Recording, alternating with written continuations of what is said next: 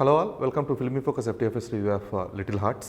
Social మీడియాలో మంచి popularity ఉన్న మౌలి హీరోగా యాక్ట్ చేసిన ఫిల్మ్ ఇది. ఈ సినిమాను ముందుగా OTT రిలీజ్ అనుకున్నప్పటికీ తర్వాత ప్రొడక్ట్ మీద నమ్మకంతో బన్నీవాస్ అండ్ వంశీనందిపాటి ఈ సినిమాని థియేటర్కల్ రిలీజ్ ప్లాన్ చేయడం జరిగింది. సో September 12th అనుకున్నారు అండ్ రిలీజ్ డేట్ సహకరించకపోవడం వల్ల September 5th అంటే ఒక వీక్ ముందుకే ప్రీపోన్ చేసుకుని మరీ రిలీజ్ చేశారు.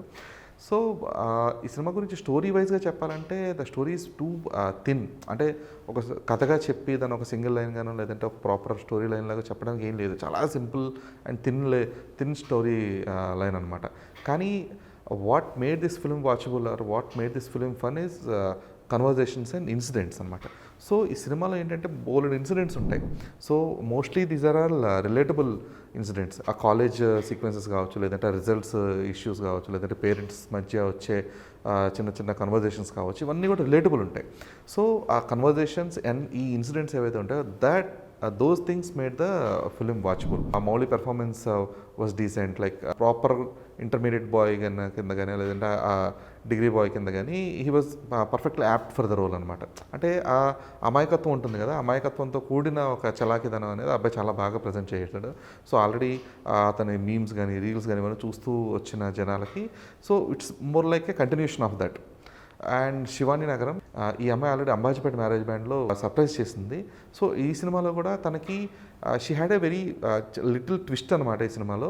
సో ఆ ట్విస్ట్ ఏంటి అనేది రివీల్ చేస్తే బాగోదు, but it is fun enough. ఆ ట్విస్ట్ కానీ ఆ ట్విస్ట్కి కనెక్ట్ చేస్తూ వచ్చిన సీక్వెన్సెస్ కానీ ఇవన్నీ కూడా చాలా బాగా వర్కౌట్ అయ్యాయి. అండ్ వీళ్ళందరి తర్వాత బాగా వర్కౌట్ అయిన క్యారెక్టర్ జయకృష్ణ క్యారెక్టర్ అనమాట. సో ఆ ఫ్రెండ్ క్యారెక్టర్ అది చాలా అంటే మౌలి అండ్ శివాని కంటే కూడా రిలేటబుల్ క్యారెక్టర్ అది ఆ జయకృష్ణ క్యారెక్టర్.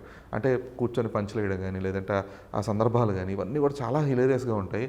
అతన్ని నోట్లోంచి వచ్చే ప్రతి మాట ప్రతి పంచు బాగా పేలింది. అంటే లిటరలీ నాకు పర్సనల్ కూడా చాలా బాగా కనెక్ట్ అయిన క్యారెక్టర్ అది. Maximum fun with Jayakrishna character.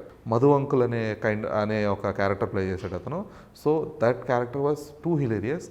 And other than that there are other performance of Rajeev Kanakala and Satyakrishna, వీళ్ళందరూ కూడా సపోర్టింగ్ రోల్స్లో బాగా ఆకట్టుకున్నారు. అండ్ వాళ్ళ క్యారెక్టర్స్ కూడా రిలేటబిలిటీ ఉంటుంది. Like for example strict mummy, అదంటే స్ట్రిక్ట్ ఫాదర్, మన మంచి కోసం అంటే పిల్లల మంచి కోసం తాపత్రయపడే ఒక ఫాదర్, లేదా అట్ ద సేమ్ టైం ఈ ఫ్యామిలీ ప్రెస్టేజ్ ఇవన్నీ కూడా ఉంటాయి కదా. సో ఈ ఇన్స్టెన్సెస్ అన్నీ కూడా చాలా బాగా వర్కౌట్ అయినాయి అనమాట. And coming to technicalities, music ఈ సినిమాకి మెయిన్ అసెట్. సింజిత్ ఈ సినిమాకి మ్యూజిక్ అందించడం జరిగింది. ఇంతకుముందు ఆరంభం అనే ఒక సినిమా కూడా అతను వర్క్ చేశాడు. Young budding musician. బట్ ఆ కైండ్ ఆఫ్ సాంగ్స్ ఏవైతే ఉన్నాయో అంటే ఈ సాంగ్స్ అన్నీ కూడా mostly these are not dance numbers or something. But ఆ మ్యూజిక్లో మనకి బాగా నచ్చే థింగ్ ఏంటంటే లిరిక్స్ అనమాట. అంటే సందర్భానుసారంగా వచ్చే సాహిత్యం అనేది ఎంత బాగుంటుందో ఆ సాహిత్యానికి తగ్గట్టుగా ఆ సంగీతం కూడా అంతే బాగుంటుంది. అంటే చాలా ఎక్కడ కూడా రిపిటేటివ్ టోన్ కానీ ఎక్కడ కూడా టూ మెనీ అన్నెసెసరీ ఎలివేటివ్ మ్యూజిక్ అది లేకుండా చాలా రిలేటబుల్గా చాలా సింపుల్గా ఉండింది ఆ మ్యూజిక్ అంతా కూడా. అండ్ స్పెసిఫిక్గా BGMs కానీ దట్టు ఆ కాచాయని సాంగ్ అనేది సినిమాకి one of the main highlight అవుతుంది. చాలా మంచి మీమ్ మెటీరియల్ కూడా ఆ సాంగ్. అండ్ మీమ్ మెటీరియల్ విషయానికి వస్తే సినిమాలో చాలా ఇన్స్టెన్సెస్ ఉన్నాయి, చాలా డైలాగ్స్ ఉన్నాయి, చాలా లిటరల్లీ సినిమా OTT రిలీజ్ అయిన తర్వాత మొత్తం ఇన్స్టాగ్రామ్ ట్విట్టర్ మొత్తం ఈ సినిమా తాలూకా మీమ్స్తో నిండిపోవడం ఖాయం. And director Sai Marthand more on ముందుగా చెప్పినట్టుగా స్టోరీ కంటే కూడా ఇన్స్టెన్సెస్ అండ్ డైలాగ్స్ మీద ఎక్కువ కాన్సన్ట్రేట్ చేశాడు. అంటే for example interval block dialogue ఉంటుందన్నమాట. అంటే అది అన్ఎక్స్పెక్టెడ్ అని చెప్పను, బట్ ఆ డైలాగ్ ఏదైతే వస్తుందో అది ఎక్స్పెక్ట్ చేయమన్నమాట. సో ఎక్కడ కూడా మనకి యాంటిసిపేషన్ ఉండదు కాబట్టి అంటే ఏం జరుగుతుందో చూద్దాం అన్నట్లుగానే ఉంటాను తప్పితే ఇది జరుగుతుందా అనే ఆసక్తి అనేది, అంటే ఇది మోర్ ఆఫ్ కామెడీ ఎంటర్టైనర్స్ కదా. సో యాంటిసిపేషన్ అనేది ఒక్కటే కొంచెం ఎక్కడైనా లోపించిందేమో తప్పితే ఆ ఫన్ క్రియేట్ చేయడంలో మాత్రం అంటే ఆల్మోస్ట్ మనకి ఒక ప్రేమలు కైండ్ ఆఫ్ సినిమా చూసిన ఫీల్ కలుగుతుంది. అంటే ప్రేమలో కూడా అంతే కదా, like it had a better story as well for sure. But ప్రేమలో ఏంటంటే మనం మోర్ ఆఫ్ ఇన్స్టెన్సెస్ అన్నీ కూడా ఎంజాయ్ చేస్తాం. సేమ్ అలాగే లిటిల్ హార్ట్స్లో కూడా ఇన్స్టెన్సెస్ కానీ లేదంటే ఇన్సిడెంట్స్ కానీ ఆ డైలాగ్స్ కానీ ఖచ్చితంగా ఎంజాయ్ చేసేవి. So Sai Marthand more on writing wise good at it. Dialogues కానీ సింగిల్ లైన్ పంచ్లు కానీ క్యారెక్టర్స్ త్రూ కామెడీ కానీ ఒక కామెడీ సీన్ రాయడం కంటే కూడా క్యారెక్టర్ త్రూ కామెడీ పండించడం అనేది కొంచెం టఫ్ జాబ్. సో ఈ సినిమాలో సాయి మార్తాండ్ తన USP ఏంటనేది ప్రూవ్ చేసుకోగలిగాడు. అంటే ఇప్పుడు మౌలి క్యారెక్టర్ ఉంటుంది, అట్ ద సేమ్ టైం వాళ్ళ తమ్ముడు క్యారెక్టర్ ఉంటుంది, హీరోయిన్ కో సిస్టర్ క్యారెక్టర్, ఇలాగ చాలా లిమిటెడ్ క్యారెక్టర్. అంటే సినిమాలో తిప్పుకొడితే మొత్తం కలిపి ఉండేది ఒక 10 పాత్రలే. ఈ 10 పాత్రల్లోనే రకరకాల ఇన్సిడెంట్స్ ఉంటాయి. మళ్ళీ ఇదేమైనా పెద్ద కథ అంటే కాదు, సింగిల్ లేయర్ స్టోరీ. సో ఎక్కడ కూడా మల్టిపుల్ లేయర్స్ కానీ లేదంటే మల్టిపుల్ క్యారెక్టర్స్ వాటి తాలూకా క్యారెక్టర్ స్టడీస్ ఇవన్నీ నథింగ్ ఎట్ ఆల్. సో ఒక మంచి ప్రాపర్ టైంపాస్ ఫిలిం అనమాట ఇది. సో సాయి మార్తాండ్ ఒక రైటర్గా ఎక్కువ ప్రూవ్ చేసుకోగలిగాడు డైరెక్టర్ కంటే కూడా. బికాజ్ ఒక డైరెక్టర్గా అయితే కొంచెం ఇంకా he should be more groomed అనిపించింది. ఎందుకంటే there are some instances that can be better. అంటే ఫస్ట్ హాఫ్ సెకండ్ హాఫ్ అని చెప్పాల్సిన అవసరం లేదు, but there are some instances that can be better.